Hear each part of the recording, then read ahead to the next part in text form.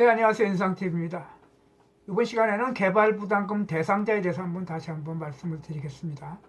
우리가 이제 내 스스로 내 토지에 내 건물을 짓는다든지 아니면 토지를 형지를 내가 스스로 하게 되면은 그럼 당연히 이제 제 개인의 나한테 내가 개발부담금 대상자가 되겠죠. 근데 우리가 이제 각종 개발 행위를 하다 보면은 소유권은 나한테 있으면서도 다른 사람에게 임차를 하든지 또는 다른 사람에 의해서 개발 행위를 하게 되고 그 개발 행위에 따라서 전혀 나는 나한테 개발 부담금이 나오지 않겠다라는 그런 생각을 갖고 있다가 뜬금없이 개발 비용 산출 내역서를 내라는 그런 통지서를 받게 되면 많은 분들이 당황하시거나 또는 이게 내가 왜 내야 되는지에 대해서 의문점을 갖고 계십니다. 자, 어제 그저께 저한테 전화상으로 문의하신 분도 영등포에 계시는 분인데요. 이분의 사례를 간단하게 보면은 뭐 정확한 거는 전화상으로 사례를 받았기 때문에 정확히 알 수는 없지만은 대략적으로 본다면은 이분이 갖고 있는 토지의 소유권은 이분이 명의로 되어 있습니다. 그런데 지난 한 몇십 년 동안 다른 사람이 지상권을 설정하여 있었다고 합니다. 그리고 이 지상권 설정된 상태에서 그 개발업자들이 개발 행위를 해서 여기에 이제 상가 건물을 지은 것 같은데요. 그렇게 시간이 지나왔습니다. 그래서 지난 7월 달쯤에 중간검사가 나왔고 며칠 전에 영등포 구청으로부터 개발 비용 산출 내역서라는 통지서를 받고 저한테 전화를 주신 분입니다. 자, 근데 우리가 여기서 반드시 알아야 할 것은 우리가 개발 비용 부담금은 반드시 현재 소유자한테 나온다는 것입니다. 자, 제가 다른 방송에서도 개발 비용 부담금 대상자에 대해서 한 설명을 드린 적이 있는데요. 가장 첫 번째인 것은 시행사 시공사죠. 자, 물론 이 시행사 시공사도 우리가 이제 대규모 산업단지라든지 택지개발지역 같은데 시행사 시공사는 그들에 의해서 개발이 되기 때문에 개발 부담금이 그들에게 나오지만은 소규모 개인적인 사업 같은 경우는 상황이 다릅니다. 그 두 번째가 바로 소유주입니다. 소유주가 개발 행위를 하면은 소유주 앞으로 개발 부담금이 부과되겠죠. 자, 중요한 건 세 번째인데요. 소유주는 나라더라도 내가 남에게 임차해주거나 또 임차를 해준 사람이 개발 행위를 했을 때는 그 개발 행위의 부담금은 나한테 나온다는 겁니다. 다시 말해서 토지 소유주에게, 지주에게 개발 부담금이 나온다는 것입니다.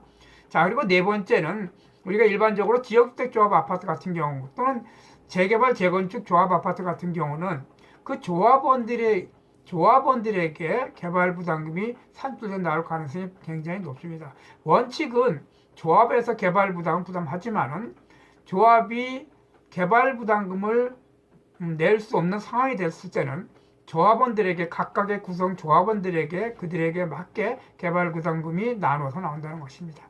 자, 이런 걸로 볼 적에 내가 개발 행위를 하지 않았다고 해서 나한테 개발 부담금이 나오는 게 불합리하다고 보는 것은 타당하지 않다는 것입니다. 우리가 개발이익 환수에 관한 법률의 규정에 보면은 명확하게 개발 부담금의 대상자에 대해서 나오고 있습니다. 자, 그래서 이분 같은 경우는 저한테 할 때, 자, 내가 개발 행위를 하지도 않았고 또 다른 사람에 의해서 개발 행위를 했는데 왜 내가 개발 부담금을 내야 되느냐라고 말씀하시는데요.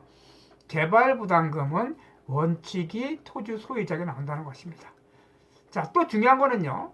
우리가 개발 부담금을 또 어떤 분들은 전원주택지 같은 경우 대규모의 전원주택 택지를 분양받을 때 얘기입니다. 자, 택지를 분양받으면 개발업자가 완전히 소유권을 넘기지 않은 상태에서 개발 행위를 한 것을 또는 택지 개발을 완전히 다 끝난 상태에서 그 소유권이 인허가 되기 전에 준공검사 완료되기 전에 분양이 받아서 수분양자에 갔다면은 소유권이 넘어갔기 때문에 개발 행위에 대한 부담금이 바로 수분양자인 분양을 받은 사람들에 간다는 것입니다. 그래서 이런저런 복잡한 내용들이 있는데요.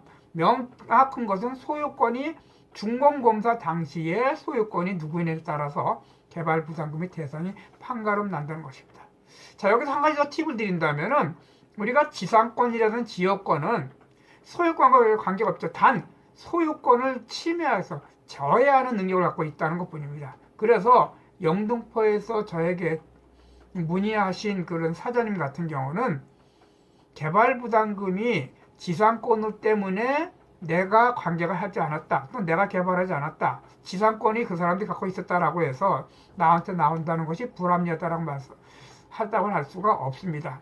자, 이분 같은 경우는 이제 개발비용 산출 내역서를 내라고 구청으로 받았다고 합니다. 그러면은 6개월, 3개월이죠. 3개월 안에 개발비용 산출 내역서를 내야 되는데 본인이 개발 행위를 안 했기 때문에 산출 내역서를 알 수가 없겠죠. 그래서 빨리 지금이라도 개발 시행사 업자를 찾아가서 개발비용 산출 내역서에 맞는 모든 내용과 자료들 첨부해서 일단은 구청에 제출을 하고요.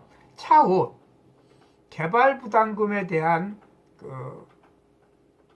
금액에 대해서 금액이 많이 나온다든지 또는 불합리하게 나온다든지 그런 거에 대해서는 개발비용 최종 통지서를 받은 다음에 행정심판을 통해서 그 다툼을 해줄, 그렇게 하는 방법밖에 없을 것으로 생각이 듭니다. 물론 좀 운이 좋아서 개발하신 분들이 개발부담금을 낸다든지 또는 일부 부담을 한다면 다행이지만은 대부분 그렇게 동의를 하는 사람들이 많지 않은 것을 볼 적에 굉장히 좀 힘든 과정이 될 거라고 생각이 되는데요. 그러더라도 일단은 개발비용 산출 내역서를 일단 제출하고요. 그에 따라서 차후 예정 통지서를 받고 고지전 사전 심사를 청구를 하고 또 이의제 결과만 하고 그 더 나가서 개별 최종 통지서를 통해서 개발부담금에 대한 그 감액 행정심판을 중앙토지수용위원회를 통해서 하는 것이 그 방법이 되겠다고 하겠습니다.